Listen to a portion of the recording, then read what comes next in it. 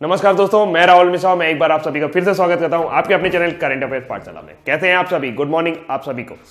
चलिए बात करते हैं डिटेल न्यूज की। क्या है आज की न्यूज? जो सबसे पहली न्यूज है वो थोड़ी सी सैड न्यूज था, लेकिन भारत का एक्शन के बारे में बात हुई है। जैसा कि आप सभी को पता है कि पुलवामा में एक टेररिस्ट अटैक हुआ और हमारे 44 जवानों की शहीद हुए, हमारे 44 जवान शहीद हुए हैं। तो अभी क्या हुआ है कि भारत ने उसके तुरंत एक्शन के तौर पे पाकिस्तान का हाथ मानते हुए पाकिस्तान को मोस्ट फॉरवर्ड नेशन का दर्जा वापस ले लिया है। यानी कि पाकिस्तान को जो मोस्ट फॉरवर्ड नेशन का दर्जा भारत ने दे रखा था वो वापस ले लिया है। अब थोड़ा सा बात करेंगे कि क्या था ये। भारत ने पुलवामा में सीआरपीएफ जवानों पर आत्मघाती आतंकी हमले के विरोध में पाकिस्तान के खिलाफ कड़ा एक्शन लेते हुए पाकिस्तान से मोस्ट फेवर्ड नेशन का दर्जा वापस ले लिया है। मोस्ट फेवर्ड नेशन क्या होते हैं हम लोग थोड़ा सा बात करेंगे। भारत 1 जनवरी 1995 को विश्व व्यापार संगठन यानी कि WTO का सदस्य बना था। विश्व व्यापार संगठन जो भी देश हैं, जो इनकी भी आर्थिक व्यवस्था चल रही है, उन सभी से जुड़े हुए जो देश हैं, तो WTO से जो भी जुड़े हुए देश हैं वो पर्टिकुलर एक व्यापार मसौदा तैयार करते हैं। आपस में किस तरीके से उनको व्यापार करना है, किन चीजों को उन्हें करना है और किन चीजों को नहीं करना है, उन चीजों के बारे में वो बात करते हैं, उन चीजों के ऊपर अपने हस्ताक्षर करते हैं और उन चीजों को मानते हैं। तो भारत 1 फरवरी 1995 को विश्व व्यापार का संगठन का सदस्य बना था और WTO के बनने के साल भर बाद ही उन्हें पाकिस्तान को 1996 में मोस्ट फेवर्ड नेशन का दर्जा दे दिया। मोस्ट फेवर्ड नेशन का दर्जा मत देने का मतलब यह हुआ कि पाकिस्तान का कोई भी व्यापारी भारत में आके अपना व्यापार कर सकता था और यह दर्जा प्राप्त कोई भी देश होगा वो भारत में अपना व्यापार कर सकता है। तो इस तरह से जो भी मोस्ट फेवर्ड नेशन को दर्जा पाते हैं उसमें जो भी जैसे पाकिस्तान को मिला, तो पाकिस्तान का कोई भी व्यापारी यहां आकर व्यापार कर सकता था। अब क्या होगा कि भारत ने ये बंदिशें उन पर लगा दी हैं, यानी पाकिस्तान के जो व्यापारी होंगे उनको यहां भारत का उपलब्ध बाजार नहीं मिल पाएगा और उनका जो भी होगा, अगर उनको व्यापार वगैरह करना होगा तो फिर भारत जो होगा उनकी समीक्षा करेगा कि उनको व्यापार करना भी है कि नहीं करना। तो फिलहाल यहां पर जो पुलवामा में एक उन्होंने कायरता दिखाई है, उसका भारत ने थोड़ा सा जवाब देने की कोशिश की है और अगले ही दिन उन्होंने जवाब दे दिया है। सबसे बड़ी बात यह है कि पाकिस्तान ने आज तक भारत को मोस्ट फेवर्ड नेशन का दर्जा नहीं दिया। यानी हम तो बहादुरी दिखाते जा रहे हैं, हम तो दरिया दिली दिखाते चले जा रहे हैं, लेकिन पाकिस्तान का इस तरह का कोई इरादा नहीं है। जाहिर सी बात है कि उनके मंसूबे साफ नहीं है। आगे बात करते हैं अगली न्यूज के बारे में। तो अभी हाल ही में भारत ने किस देश से अपने मोस्ट फेवर्ड नेशन का दर्जा वापस ले लिया है? वो है पाकिस्तान। अगली न्यूज है स्वच्छ शक्ति 2019। ये कुरुक्षेत्र हरियाणा में मनाया गया है और ये स्वच्छ शक्ति अभियान है। ये महिलाओं द्वारा मनाया जाता है और इसके बारे में हरियाणा के कुरुक्षेत्र में स्वच्छ शक्ति अभियान 2019 के तीसरे संस्करण का आयोजन किया गया। तो ध्यान रखिएगा, ये तीसरा संस्करण था हरियाणा का कुरुक्षेत्र। और मैंने आपको पिछले ही वीडियो में हरियाणा के कुरुक्षेत्र आपको दिखाया भी था कि कुरुक्षेत्र कहां पर है। तो हरियाणा के मुख्यमंत्री कौन है? मनोहर लाल खट्टर हैं। हरियाणा की राजधानी क्या है? चंडीगढ़ है। इस सम्मेलन में महिला सरपंच यानी जो गांव की महिला सरपंच होंगी तथा स्वच्छता अभियान में सम्मिलित देश भर की महिलाओं ने हिस्सा लिया। सार्वभौमिक स्वच्छता कवरेज प्राप्त करने और स्वच्छता पर ध्यान केंद्रित करने के उद्देश्य से अक्टूबर 2014 में इस मिशन का अनावरण किया गया था। तो 2014 में इसका अनावरण किया गया था, फिर यह चलता रहा। मिशन का लक्ष्य स्वच्छ भारत की प्राप्ति करना है तथा महात्मा गांधी की 150वीं जयंती यानी कि 2 अक्टूबर 2019 तक भारत को स्वच्छ बनाने का एक पहल है। तो आपको थोड़ा सा ध्यान रखना होगा कि स्वच्छ शक्ति 2019 अभियान कहां चलाया गया है, और यह चलाया गया है आपके हरियाणा के कुरुक्षेत्र में। इसमें महिला सरपंचों और जो भी स्वच्छ अभियान से जुड़ी हुई महिलाएं हैं उन्होंने भाग लिया और एक कदम स्वच्छता की ओर। तो ये आपका स्वच्छ शक्ति 2019 का जो टैगलाइन था वो वही है जो स्वच्छ भारत अभियान का है। स्वच्छ भारत अभियान का सिंबल क्या है? गांधी जी का चश्मा, स्वच्छ भारत, और नीचे लिखा हुआ है एक कदम स्वच्छता की ओर। तो थोड़ा सा आपको ये ध्यान रखना चाहिए कि जो इनका टैगलाइन है स्वच्छ भारत अभियान की वो क्या है? एक कदम स्वच्छता की ओर। ये कभी भी किसी एग्जाम में पूछा जा सकता है। अगली न्यूज की तरफ चलते हैं हम लोग। इस फिगर को आप गौर से देख लो, थोड़ा सा समझ में आ रहा होगा आपको कि ये है आपका हिम तेंदुआ। हिम तेंदुआ की अगर हम बात करें तो हिम तेंदुआ थोड़ा सा देखने में बिल्ली की प्रजाति का ही है और थोड़ा सा देखने में लगता है, तो इसको तेंदुआ भी कहा जाता है, धुंधला तेंदुआ भी कहा जाता है इसे। ये मेघालय का राजकीय पशु है। ये कहां का राजकीय पशु है? मेघालय का राजकीय पशु है। मेघालय का राजकीय पशु। तो कभी भी क्वेश्चन आ सकता है कि मेघालय का राजकीय पशु कौन है, तो फिलहाल न्यूज में क्यों लेके आया हूं वो है हिम तेंदुआ। और ये न्यूज में क्यों लेके आया हूं मैं? इसलिए क्योंकि 2022 में जो राष्ट्रीय खेल होने हैं वो होने मेघालय में। और मेघालय की अगर हम लोग बात करें तो मेघालय पूर्वोत्तर का तीसरा राज्य होगा जो राष्ट्रीय खेलों की मेजबानी करेगा। इससे पहले मणिपुर और असम में क्रमशः 1999 में और 2007 में इसका आयोजन हो चुका है। तो इस बार 2022 में होने वाले राष्ट्रीय खेल कहां होंगे? मेघालय में होंगे। मेघालय की राजधानी क्या है? शिलोंग। मेघालय की राजधानी है शिलोंग। और ये जो है ये इसका शुभंकर यानी कि मस्कट चुना गया है। मस्कट, ये जो हिम तेंदुआ है वो इसका मस्कट चुना गया है। तो तेंदुआ को शुभंकर चुना गया। यह फैसला मेघालय के खेल एवं युवा मामलों के मंत्री बंटी डोर लिंगदो की अध्यक्षता में हुआ था। एक बैठक हुई 2022 की कार्यकारी समिति की पहली बैठक में लिया गया। यह तेंदुआ जंगली बिल्लियों में से एक है जो गारो खासो जयंतिया की पहाड़ियों के जंगल में रहता है। तो गारो खासी जयंतिया याद रखिएगा, ये पूर्वोत्तर की पहाड़ियां हैं, यानी कि पूर्वोत्तर भारत में पाई जाती हैं। और गारो खासी जयंतिया पहाड़ियों के भी नाम है और ये जनजातियों के भी नाम है। तो कभी आपसे पूछा जाए कि गारो खासी जयंतिया ये कहां पाई जाती है, तो ये पूर्वोत्तर में मेघालय, मिजोरम, आपका असम, सबसे ज्यादा इंपॉर्टेंट आता है कि असम में पाई जाती है। तो ये आपका पूरा ध्यान में रखना चाहिए। गारो खासी जयंतिया की पहाड़ियां कहां पाई जाती हैं? ये सब पाई जाती हैं आपकी पूर्वोत्तर भारत में। आगे की हम लोग बात करते हैं तो ये मेघालय का पूर्वोत्तर जो है, मेघालय पूर्वोत्तर का तीसरा राज्य होने वाला है और जो इन खेलों की मेजबानी करेगा। इससे पहले जिन लोगों ने इसकी मेजबानी की है वो है मणिपुर और असम। थोड़ा सा मेघालय की बात कर लेते हैं। मेघालय के जो इस टाइम करंट में चीफ मिनिस्टर हैं वो हैं कॉनराड संगमा। कॉनराड संगमा ये आपके पीएन संगमा के बेटे हैं, यानी पीएन संगमा इससे पहले मुख्यमंत्री हुए हैं और अब उनके बेटे कॉनराड संगमा वहां पर मुख्यमंत्री। तो अभी हाल ही में मेघालय में किस खेलों के वो आयोजन करेगा? तो 2022 में वो आयोजन करेगा। उसका जो शुभंकर वो कौन होगा? वो आपका होगा तेंदुआ। यहां पर बात करते हैं थोक मूल्यों पर आधारित मुद्रास्फीति। मुद्रास्फीति के बारे में थोड़ा सा बात करते हैं। मुद्रास्फीति को इंग्लिश में कहते हैं इन्फ्लेशन। इन्फ्लेशन को दूसरी भाषाओं में महंगाई भी आप कह सकते हो, मुद्रास्फीति को महंगाई भी आप कह सकते हो। तो ये दर अभी क्या हुई है कि अभी तक महंगाई काफी तेज चल रही थी 3.8%, लेकिन अब ये न्यूनतम स्तर पर है 2.76% पर दर्ज की गई है। तो अभी हाल ही में जो मुद्रास्फीति का रेट है वो है 2.76%। जनवरी 2019 के आधार पर थोक मूल्यों पर आधारित मुद्रास्फीति की दर 10 महीने के न्यूनतम स्तर पर है 2.76% पर दर्ज की गई है। इससे पहले पिछले महीने दिसंबर 2018 में यह आंकड़ा 3.8% था। तो ये आपको थोड़ा सा बता देता हूं मुद्रास्फीति क्या होता है। मान लीजिए आप 100 रुपए का कोई खाना खाते हो, 100 रुपए का आपने कढ़ाई पनीर ऑर्डर किया आज, और अगर आपकी देश की मुद्रास्फीति यानी कि जहां पर आप रह रहे हो वहां की मुद्रास्फीति 10% है, तो अगले साल वही आपको कढ़ाई पनीर 110 रुपए का मिलेगा। अब बाई चांस ये हुआ कि कढ़ाई पनीर तो आपको 110 रुपए में मिलेगा, लेकिन आपकी ये जो यानी कढ़ाई पनीर की कीमत कितनी बढ़ गई? कढ़ाई पनीर की कीमत बढ़ गई है 10%। तो कढ़ाई पनीर की कीमत बढ़ी, लेकिन आपकी मुद्रा की वैल्यू क्या हो गई? मुद्रा की जो कीमत थी वो घट गई। तो मुद्रा की कीमत का गिरना ही मुद्रास्फीति है। मैंने बहुत आसान लहजे में आपको समझाया है कि 10% मुद्रास्फीति होगी तो उसका इफेक्ट क्या पड़ेगा आपके खरीद पर।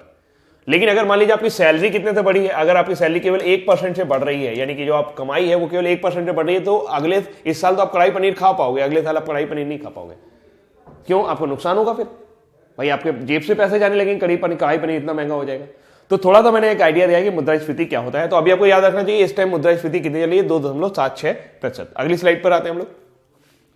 ये है देश का पहला aqua mega food park, Andhra Pradesh में बनाया गया है। एक्वा का मतलब क्या होता है? एक्वा का मतलब होता है जलीय। तो जलीय मेगा फूड पार्क ये आंध्र प्रदेश स्थापित किया गया है। केंद्रीय खाद्य प्रसंस्करण उद्योग मंत्री हरसिमरत कौर ने पश्चिम गोदावरी जिले, तो ये आपके आंध्र प्रदेश का एक जिला है जहां पे जिसको बोला है पश्चिम गोदावरी नदी, तो सॉरी पश्चिम गोदावरी जिला। तो गोदावरी नदी से आप याद रख सकते हो गोदावरी नदी कहां बहती है, तो वो आंध्र प्रदेश में बहती है कि भीमवरम मंडल के टुंडरू गांव में Godavari mega aqua food park की स्थापना की गई। यह पहला मेगा एक्वा फूड पार्क होगा जो विशेष रूप से आंध्र प्रदेश राज्य में मछली और समुद्री उत्पादों के प्रसंस्करण के लिए संचालित किया जाएगा। तो देश का पहला एक्वा मेगा फूड पार्क कहां बनाया जा रहा है, बनाया गया है, वो है आंध्र प्रदेश में। आंध्र प्रदेश की राजधानी तो आप सभी जानते होंगे, आंध्र प्रदेश की राजधानी अमरावती है। पहले हैदराबाद थी, लेकिन अभी हाल फिलहाल इसकी राजधानी अमरावती हो गई है जब से तेलंगाना इससे अलग हुआ। तेलंगाना में चली गई हैदराबाद, और इसके जो मुख्यमंत्री हैं वो आज की डेट में चंद्रबाबू नायडू हैं। चंद्रबाबू नायडू। अगले क्वेश्चन पे चलो। अगला क्वेश्चन है आपका, एयर इंडिया के नए चेयरमैन एवं मैनेजिंग डायरेक्टर चुने गए हैं और वो हैं अश्वनी लोहानी। अभी अभी आपको मैंने बताया था ना कि एक प्रदीप कुमार खरोला को चेंज कर दिया गया है कि उनको विमानन मंत्रालय में सचिव बना दिया गया। तो उनकी जगह खाली होगी, तो उनकी जगह अभी पिछले कुछ दिन पहले मैंने आपको न्यूज में बताया है, प्रदीप कुमार खरोला जो है उनको विमानन मंत्रालय का सचिव बनाया गया। तो रेलवे बोर्ड के पूर्व चेयरमैन अश्वनी लोहानी, जिनका फोटो आप देख पा रहे हैं, को एयर इंडिया का नया चेयरमैन व मैनेजिंग डायरेक्टर नियुक्त किया गया है। उन पर ऋण में डूबी हुई एयर इंडिया को उबारने का भार होगा।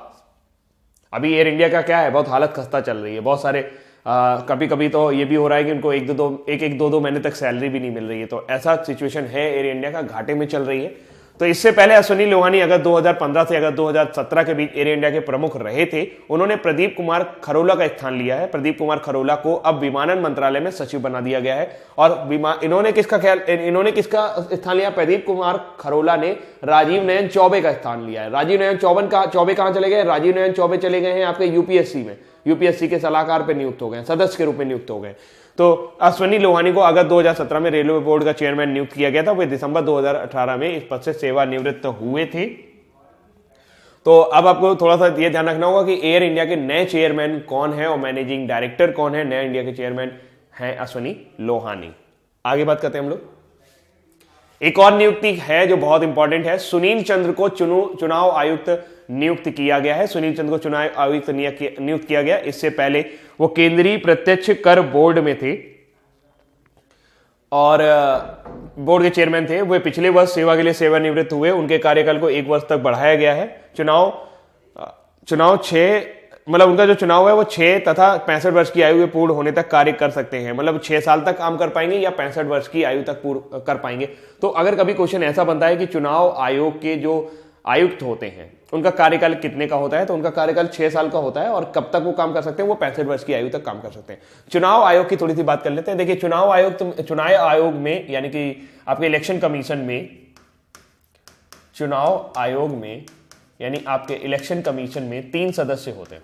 3 सदस्य में से एक मुख्य चुनाव आयुक्त होते हैं, यानी कि वो होते हैं मुख्य निर्वाचन आयुक्त बोला जाता है उन्हें, मुख्य निर्वाचन आयुक्त।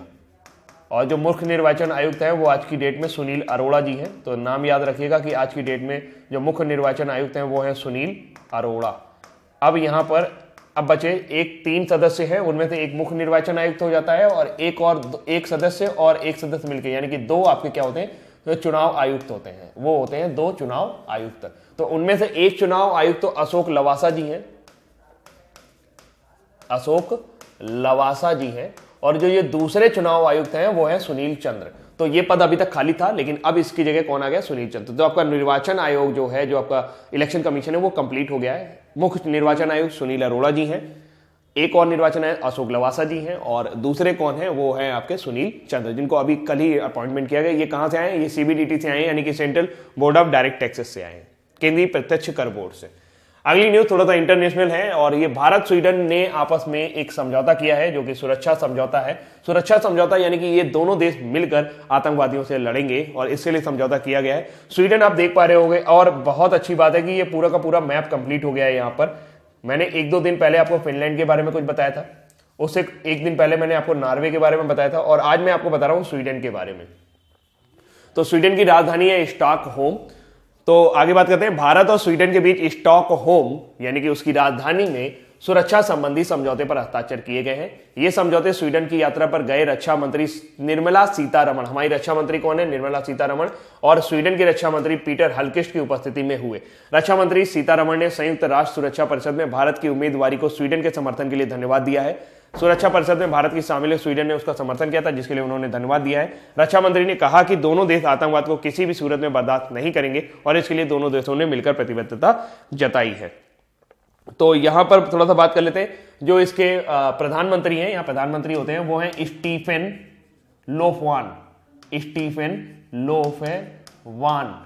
तो ये इनके यहाँ प्रधानमंत्री हैं और आपको मैंने इसकी राजधानी बता दी, राजधानी स्टॉकहोम है। और मुद्रा की अगर बात करें तो यहाँ चलता है स्वीडिश क्रोना। जैसे नॉर्वेजियन क्रोना था वैसे ये स्वीडिश क्रोना है। तो यहाँ पर स्वीडन में स्वीडिश क्रोना इसकी मुद्रा है। उम्मीद करता हूं कि अभी आपको ये दिमाग में क्या रखना होगा, दिमाग में ये रखना होगा कि भारत और स्वीडन ने अभी हाल ही में किस समझौते पर हस्ताक्षर किए हैं। तो उन्होंने सुरक्षा समझौते पर हस्ताक्षर किए हैं और दोनों देश मिलकर आतंकवादियों से लड़ेंगे। अगली न्यूज है न्यूनतम समर्थन मूल्य से। न्यूनतम समर्थन मूल्य क्या होता है? यानी MSP, minimum support price, MSP देखिए होता क्या है, कभी कभी किसान जो भी हैं वो अपनी फसलों को किसी भी कीमत पर बेच सकते हैं, स्वतंत्र है। लेकिन कभी कभी ऐसा होता है कि उनकी फसल कोई खरीदता ही नहीं है, इतनी ज्यादा फसल हो जाती है, फसल ज्यादा हो जाने के कारण फसल की कीमत मार्केट में गिरने लगती है।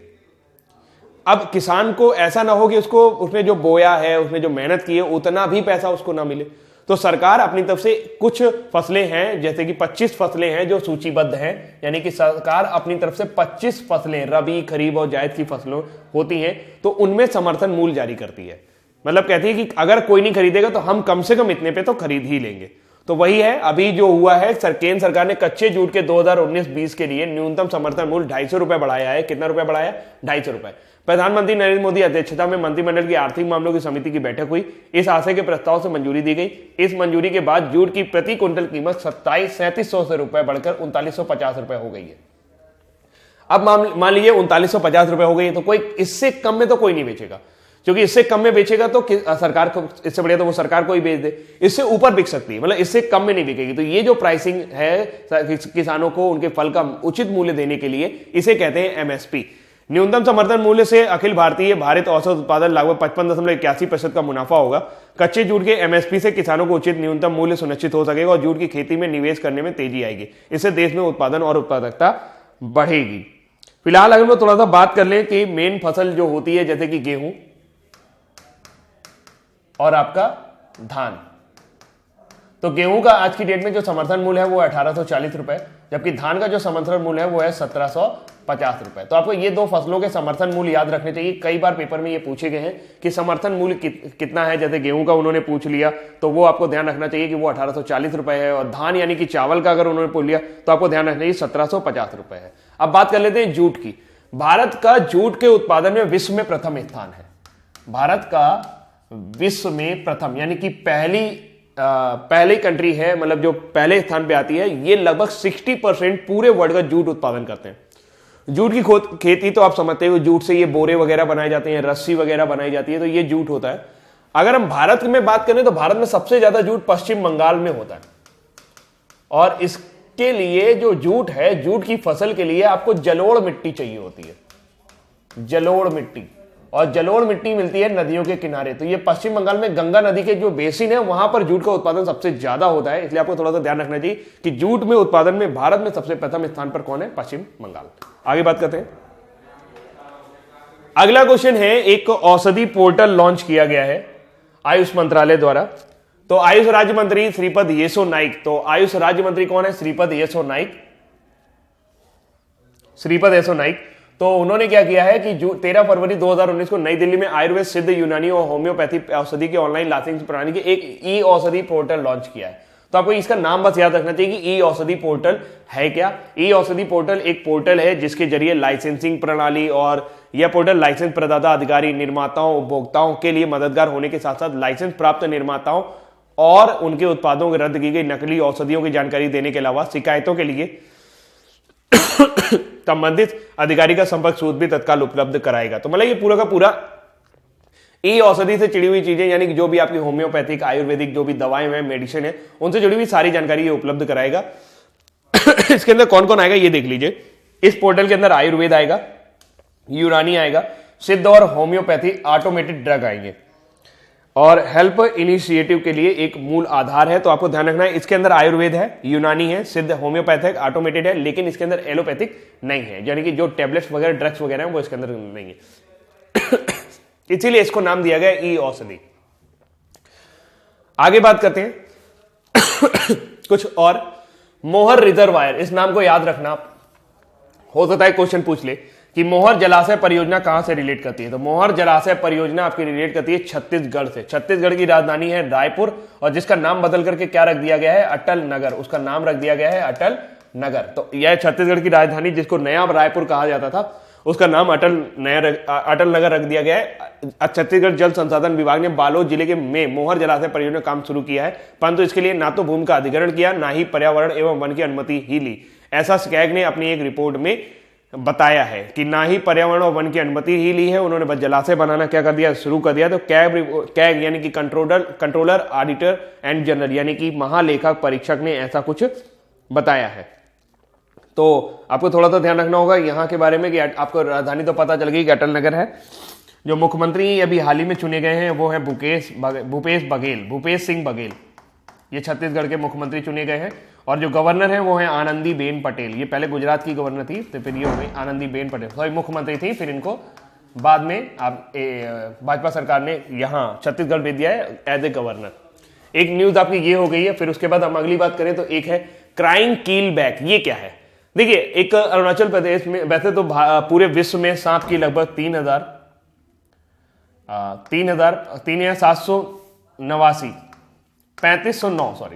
3509 प्रजातियां पाई जाती हैं। हो सकता है ये डेटा ठीक ना हो, लेकिन आप ऐसे मान सकते हैं लगभग 3500 के आसपास प्रजाति है सांप की, और ऐसा कहीं पूछा भी नहीं जाने वाला है। पूरे विश्व में अगर देखा जाए तो 3500 टाइप की प्रजाति है।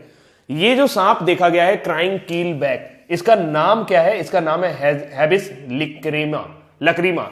तो ये जो है ये अभी अरुणाचल प्रदेश में देखा गया है। खोजा किसने है? इसको गुवाहाटी वालों ने खोजा है। अरुणाचली कीलबैक सांप देखा है और ये नई प्रजाति है जिसको खोजा गया है। तो हाल ही में किस सांप की किस नई प्रजाति को भारत में खोजा गया है? उसका नाम है क्राइंग कीलबैक या हेबिस लक्रीमा। और ये क्राइंग कीलबैक इसको क्यों कहा जाता है? क्योंकि अगर आप इसकी आंख को देखेंगे तो इसकी आंख के नीचे ऐसे निशान बने होते हैं जैसा लगेगा ये रोता हुआ दिखाई पड़ रहा है। तो आपको ये थोड़ा सा याद रखना चाहिए कि अभी हाल ही में किस सांप की प्रजाति को देखा गया है भारत के अंदर, और वो है अरुणाचली कीलबैक सांप, या कि आप इसे क्राइंग कीलबैक कह सकते हैं, या हेबियस लैक्रीमा। तो ये तीनों ही नाम आपको याद रखने चाहिए। उम्मीद है ये एक्स्ट्रा जानकारी आपको अच्छी लगी होगी, और अगर आपको मेरा करंट अफेयर्स पसंद आ रहा है तो प्लीज इसे लाइक करना ना भूलें, सब्सक्राइब करना ना भूलें, और सबसे बड़ी बात तो शेयर करना ना भूलें।